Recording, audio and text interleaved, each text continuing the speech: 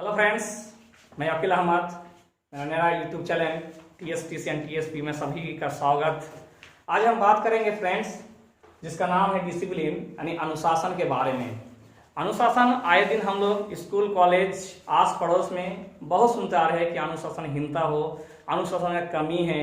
तो एक्चुअली में आज हम जानेंगे अनुशासन क्या है, अनुशासन किसे कहते हैं, इस अनुशासन के बारे में जानेंगे क्योंकि ये जीवन का एक बहुत बड़ा सच्चाई है। अनुशासन इससे हम दूर नहीं जा सकते, बल्कि इसको जितना हम अपने जीवन में लागू करेंगे उतना ही हम आगे तक जाएंगे। तो आज हम बात करेंगे दोस्त जिस टॉपिक का, उसका नाम है डिसिप्लिन यानी अनुशासन। प्रत्येक बच्चा का जब जन्म होता है वो पूरा तरह से अनुशासित रहते हैं। जिन जिन वो बड़ा होता है उस बच्चे में धीरे धीरे विकार पैदा आ जाता है। वही विकार को रोकने के लिए अनुशासन का पालन किया जाता है। अनुशासन नियम के पीछे चलना। अनुशासन का शब्द क्या होता है? कोई भी नियम जो होता है नियम को तोड़ना नहीं है, नियम के पीछे चलना ही अनुशासन है। ये आप जानते हैं अनुशासन का मतलब। लेकिन आज हम कुछ बेसिक चीज अनुशासन के बारे में आप लोगों को बताएंगे। तो अनुशासन का मतलब क्या होता है? कि अनुशासन का मतलब किसी बच्चे को दिक्कत पैदा करना होता है, या अनुशासन का मतलब होता है बच्चों के बीच आज़ादी छीन लेना होता है, या अनुशासन का मतलब होता है बच्चों की पूरा ऐश को छीन लेना होता है, क्या अनुशासन का मतलब होता है बच्चे की जिंदगी को छीन लेना होता है, क्या अनुशासन का मतलब होता है कि कोई बच्चा अगर गलती कर दे तो उसे बेल्ट से पीटना चाहिए? इसका कदापि किसी का आंसर हाँ नहीं है, सबका आंसर ना है। तो अनुशासन क्या है, अनुशासन किसे कहते हैं? अनुशासन वह है हमारे जीवन में जो आने वाले परेशानी को जड़ से उखाड़ फेंकने का नाम ही अनुशासन है। अगर हम अनुशासन में चलेंगे, अनुशासन में रहेंगे, तो हमारे साथ फ्यूचर में आने वाली दिक्कतें, आने वाली परेशानी को जड़ से फेंकने का नाम ही है अनुशासन। आप अनुशासन में अगर रहेंगे तो आप बेहतर रहेंगे। क्योंकि अगर कहा गया है दोस्त कि अगर किसी घर में, कोई भी घर हो, कोई भी हाउस हो, उसमें अनुशासन का पालन किया जाए तो जो युवा द्वारा अपराध होता है उस अपराध में कम से कम 95 तक की कमी आ जाएगी। यही होता है अनुशासन का ताकत। अनुशासन इस 60 का प्रथम बटन की तरह होता है। ये 60 के प्रथम बटन की तरह होता है कि ये अगर गलत जगह में लग जाए तो पूरा बटन 60 का गलत जगह में लगता है। उसी तरह होता है अनुशासन।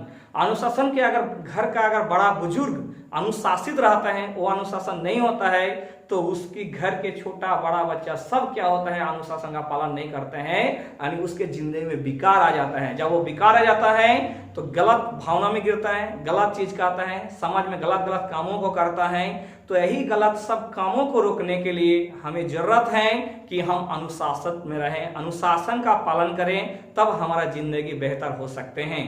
क्योंकि आप जानते हैं कि कोई भी जो दवाई होता है वो मीठा नहीं होता है, तो भी हमें खाना पड़ता है। क्यों? क्योंकि हम जानते हैं कि अगर दवाई नहीं खाएंगे तो हम मर भी सकते हैं। इसके पीछे भी अनुशासन छुपा हुआ है। आप जानते हैं कि जितना भी मानव शरीर में जितना भी ऑपरेशन होता है, उस ऑपरेशन से किसी को मजा नहीं आता है, लेकिन बशर्त हमें ऑपरेशन करना पड़ता है। क्यों?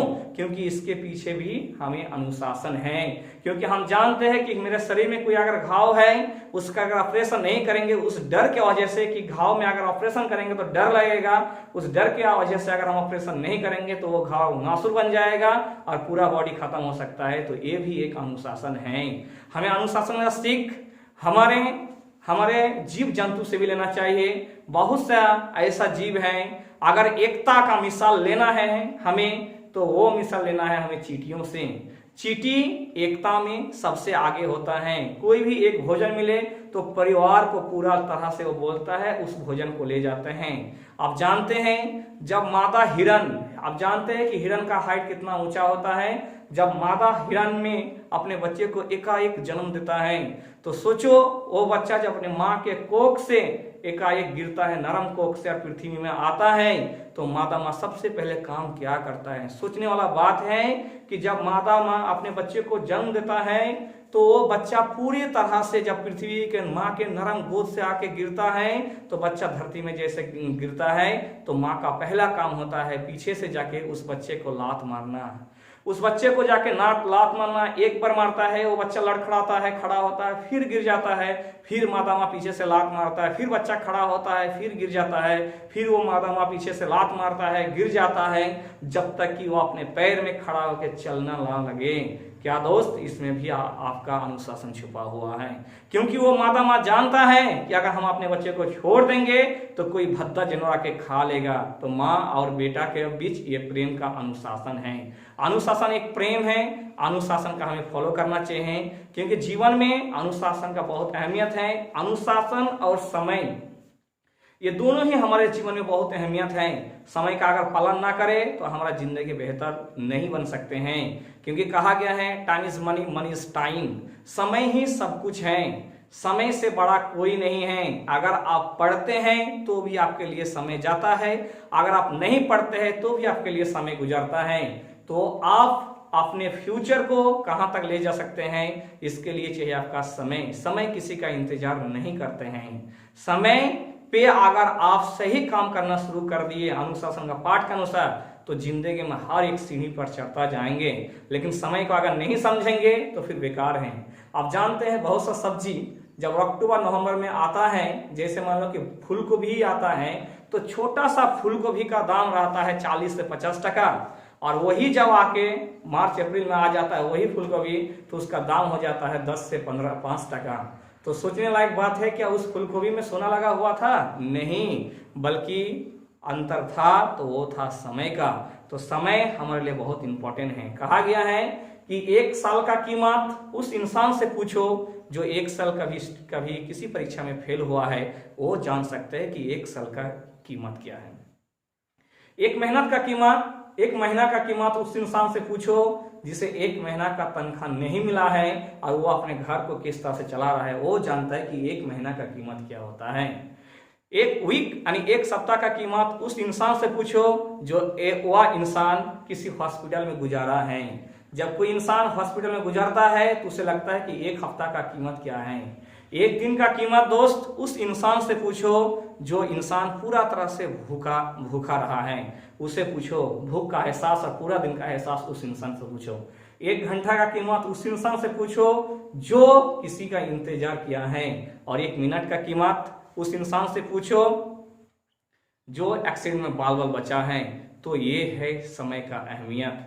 तो आशा करते हैं आप समय का पालन कीजिए। जितना भी स्टूडेंट है जितना पढ़ाई पढ़ रहे हैं, वो अपने पढ़ाई पर बल दे।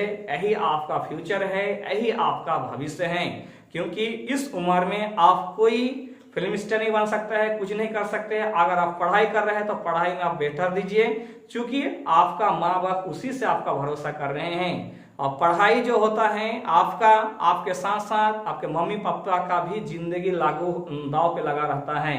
तो आप आशा करते हैं कि आप घर में रहिए, स्वस्थ रहिए, और जितना हो सके जिस क्लास में भी हो आप उसमें एक जुनून पैदा करें, एक भूख पैदा करें। जब तक कि आपके अंदर भूख नहीं होगा जिंदगी में आप कुछ कर नहीं सकते हैं। भूख उत्पन्न कीजिए आपके अंदर, जब तक भूख होगा तभी होगा। आप एक खिलाड़ी के बारे में जानते हैं जिसका नाम है विराट कोहली।